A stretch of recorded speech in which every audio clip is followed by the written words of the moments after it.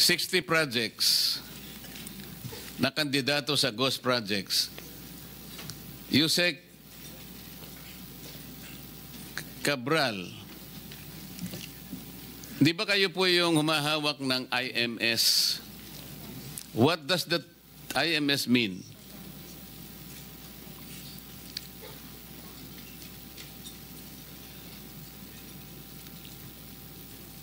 Your Honor, I think 2 weeks ago, nire-assign po sa akin ni Secretary yung Information Management System Information Management Service.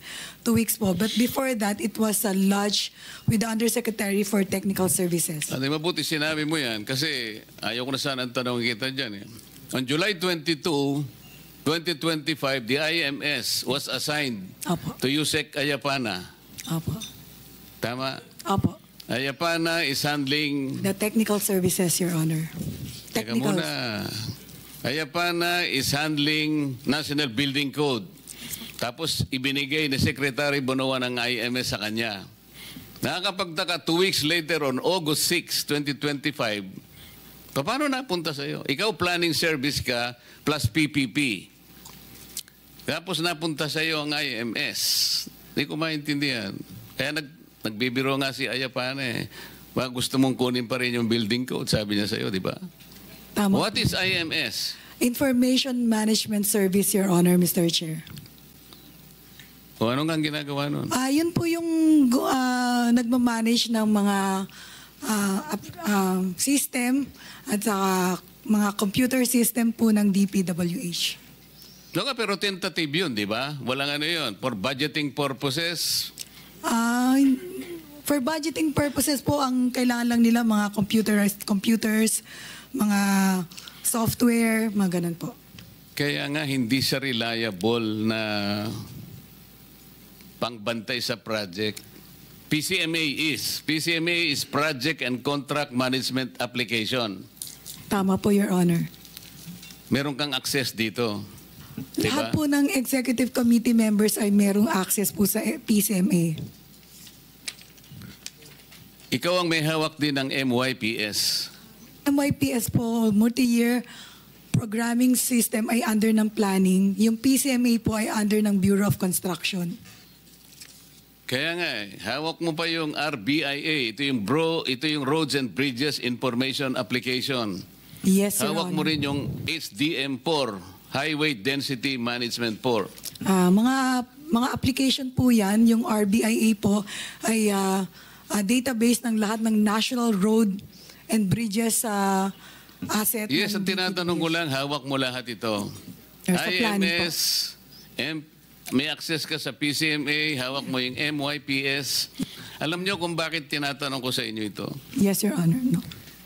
The purpose of PCMA, ito to provide a centralized, efficient, and transparent platform for monitoring all DPWH infrastructure projects and contracts, including those by administration and negotiated contracts.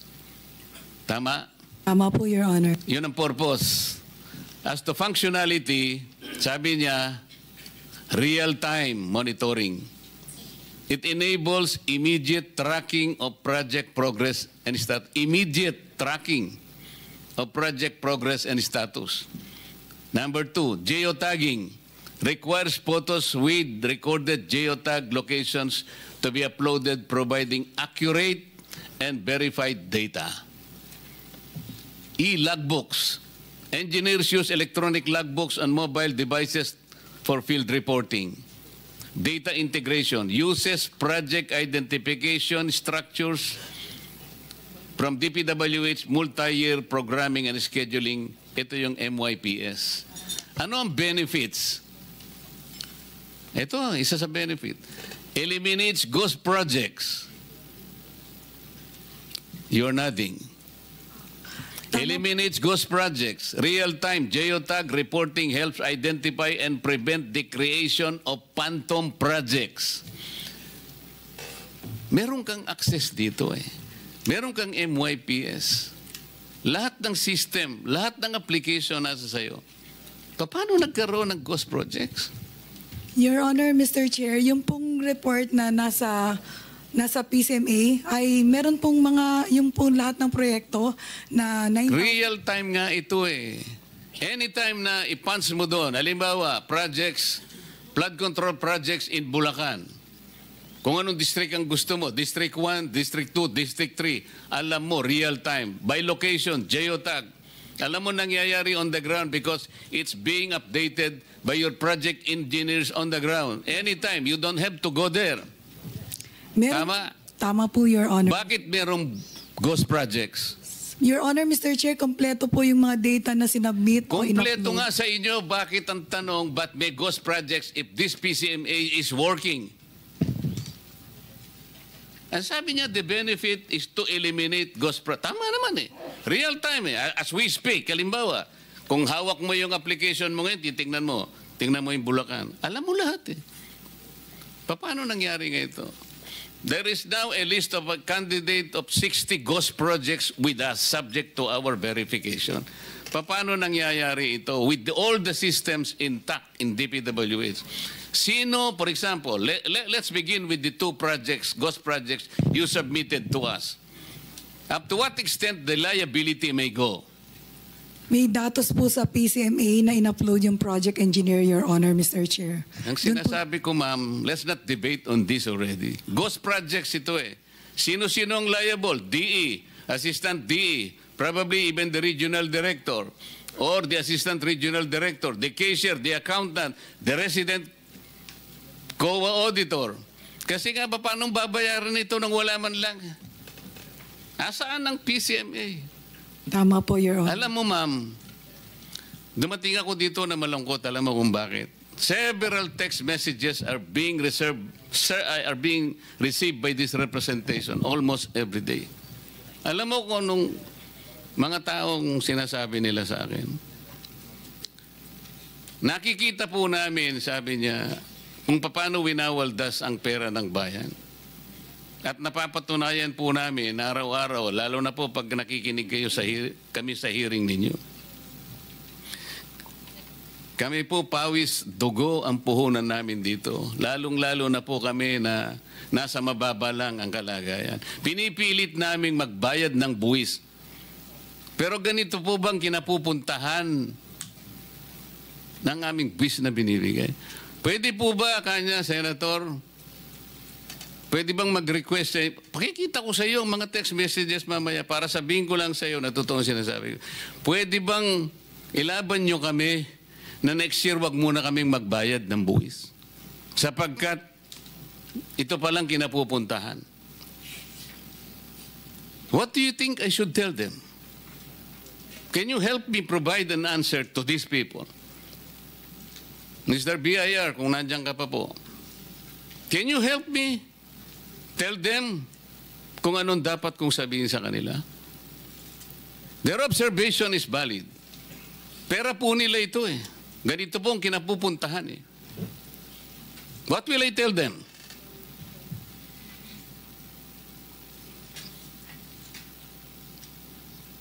Yes, ma'am.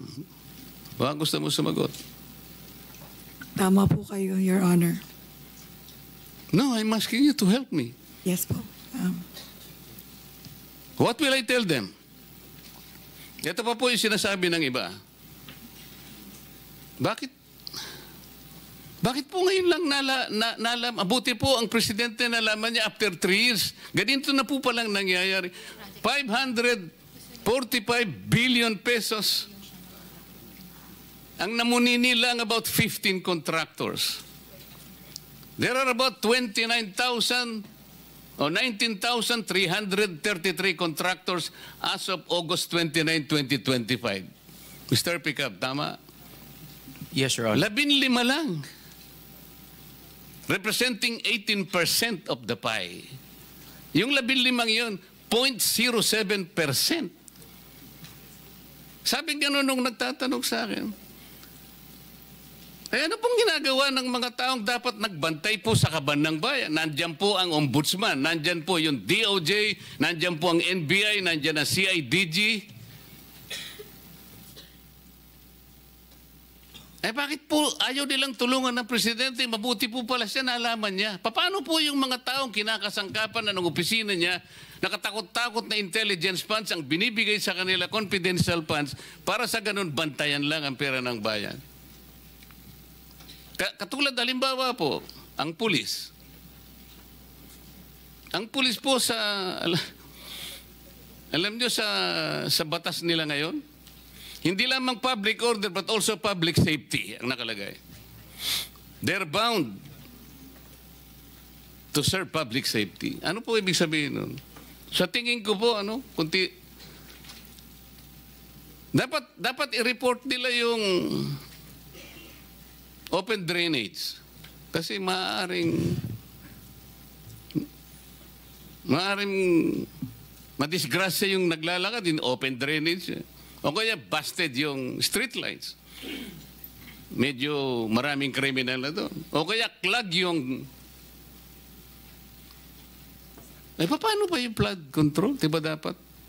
Maraming magbabantayan dito. Bakit po kanya hindi na po nagbabantay? Mabuti na lang nalaman ng presidente, kahit nahuli na, pero nalaman pa din natin. Anong ginagawa ng mga tao?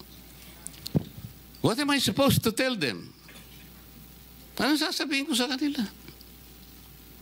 Alam mo, gusto ko sabihin sa kanila, mga kababayan, alam ko pong malungkot kayo.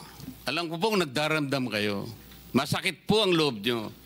Ngunit sana po ay wag na hindi po kayo magbayad. Tuloy pa rin po ninyo. Pagtulong-tulungan po natin ito. Kasi po marami ring, lalo po tayong lulubog. Hindi lamang flood control ang pinagpupuntahan ng nyo eh. Pati protection natin, pati si PhilHealth, pati po sa education, lahat po eh. Sana masabi ko lahat, sana maniwala sila, sana hindi sila magalit sa akin, sana tanggapin nila ang sasabihin ko sa kanila. Pero kayo po dapat eh. Kayong nahaharap dito eh. Do you have anything to say? Yusek Kati? Your Honor, tama po lahat ng sinabi niyo. Wala po akong masasabi. Kahit ano, wala kang gusto sabihin. Yun pong PCMA kasi... Kasi ang gusto ko sana, tingnan mo na lang ha. Kasi wala yung DBM eh. Re-reserve ko na lang sana yung tanong ko eh. Bakit po yung... Meron po bang DBM dito? Yun pong DBM, magsasuggest po ng ceiling ng NEP sa DPWH. Tama po.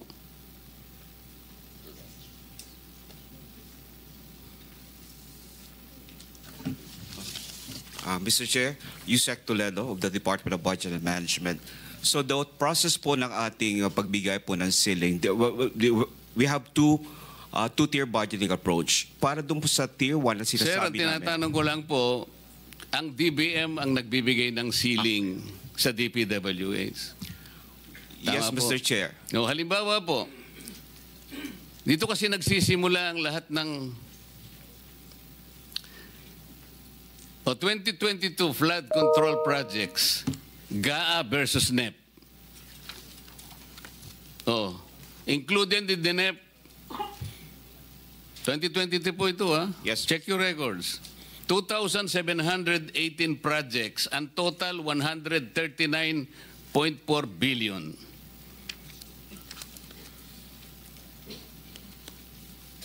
Yun pong hindi nasama sa NEP, 1,347, 69,509, 69.5 billion. Bakit po nagkakaganon? Bakit ang lalaki po ng... So grand total, 208.9 billion. Samantalang nilagay nyo lang, 139. 2023, ang NEP po ninyo, 154.4 billion. Ang naging total, 280.6 billion. Ang wala sa NEP, 126 billion. Kung isasama pa natin ang unprogram, 25.2 billion. Bakit po kayo pumapayag sa ganun? 2024, bilisan na lang natin.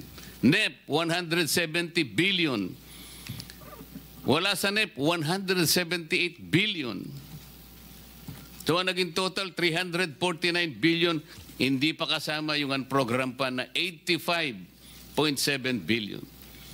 2025, NEP, 208.9 billion. Hindi included sa NEP, 137 billion. So tingnan po ninyo, sir, Yes, sir. sa 139 billion worth of flood control projects, in-increase ng Congress by 50%. Kaya ang GAA nagkaroon ng additional 69.5 billion. Pwede nyo bang ibigay sa amin ang breakdown kung ano-anong probinsya ang pinaglagyan ng yung additional na 69.5 billion? Alin-alin yung tatlong pinakamataas na probinsya nang nakakuha ng dagdag na 69.5 billion? Sino po ang nag-receive ng pinakamarami dito sa 69.5 billion? Gaano karami dito ang merong SARO? Ganito po yung gusto namin itanong sa inyo. May I answer, Mr. Chair?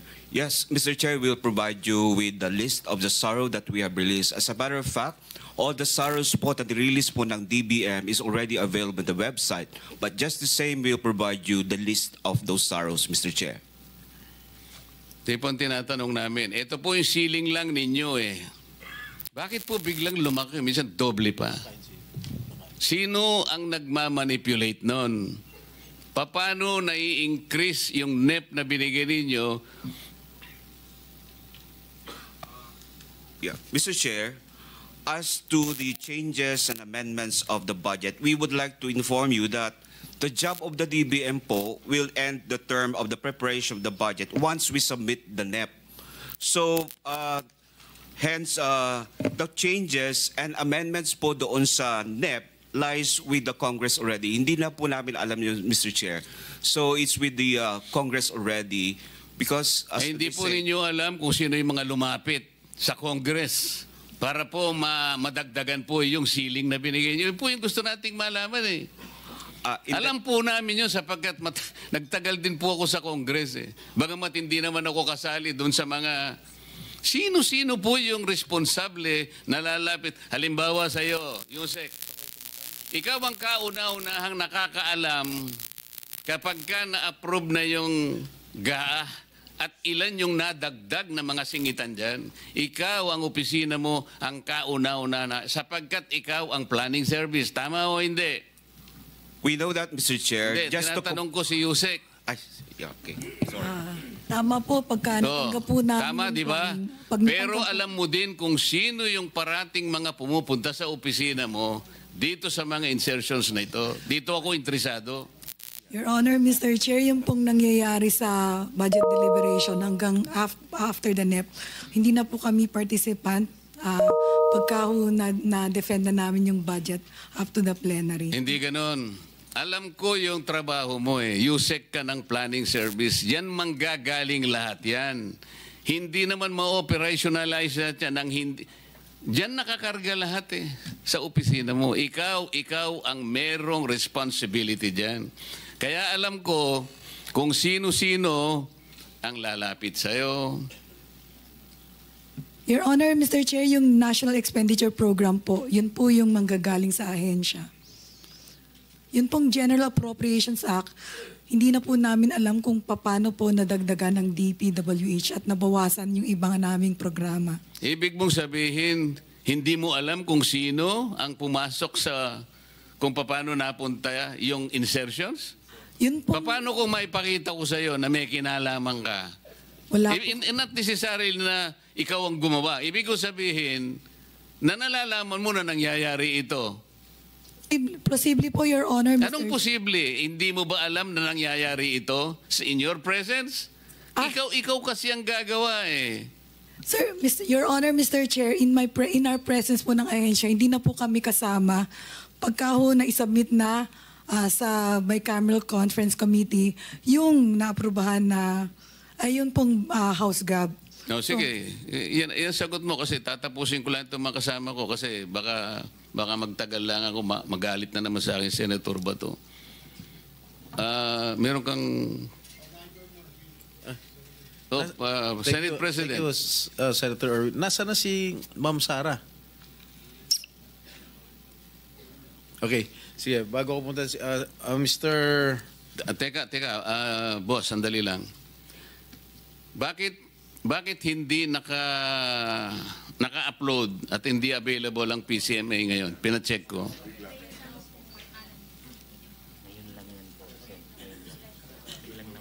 Bakit biglang nawala? Naka-upload po sa Mr. Chair. Your Pina-check namin biglang nawala. Tingnan mo habang nagsasalita kami rito, bigla niyong tatanggalin. Ganito ang gawin natin para siguro makagawa tayo ng mas mabuti sa ating mga kababayan.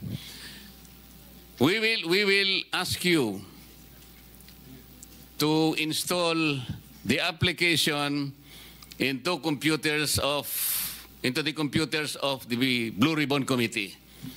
We will be in a position to help you hindi lang mag-imbestiga, kung hindi, babantayan din namin ito. Kasi parang ang bantayan sa inyo, may bantay sa lakay. Hindi, totoo yung sinasabi namin. How much time do you need to install the application to at least 2 computers in our committee? Tatanungin ko po yung owner ng PCMA na Bureau of Construction, Your Honor, Mr. Chair. Hindi ko po alam kung saan naka-upload. Yan, sinasabi ninyo na nawala. Wala bang taga Bureau of Construction dito? Nakakapagtaka na, this is not pure coincidence. Habang nagsasalita kami rito, pina-check ko, biglang nawala. Biglang unavailable. Kailangan po ibigay nyo sa amin. Ito nakalagay, service unavailable.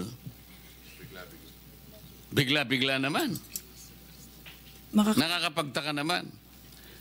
Sa dami ng projects sa buong Pilipinas, pumayag ka na tulungan namin kayo. The Blue Ribbon Committee from now on will ask you to give us that application para itong staff namin dito, araw-arawin namin. Makikita namin yan. Makikita namin yan. Opo, Your Honor, sasabihin ko po sa process owner sa Bureau of Construction na i-upload yung... Hindi, dadalhin niya dito niya i-install para ngayon. At siyempre, kinakailangan niyang kahit papano sabihin yung staff namin. Marunong naman din makasama namin dito. Pero para lang walang sablay. Kailangan i-install nyo. Opo. 2 sa computer dito at saka sa aking opisina para magkaintindihan tayo. Opo, Mr. Chair. Thank you. Thank you for watching. Don't forget to like, share and subscribe for the latest hot news of the press.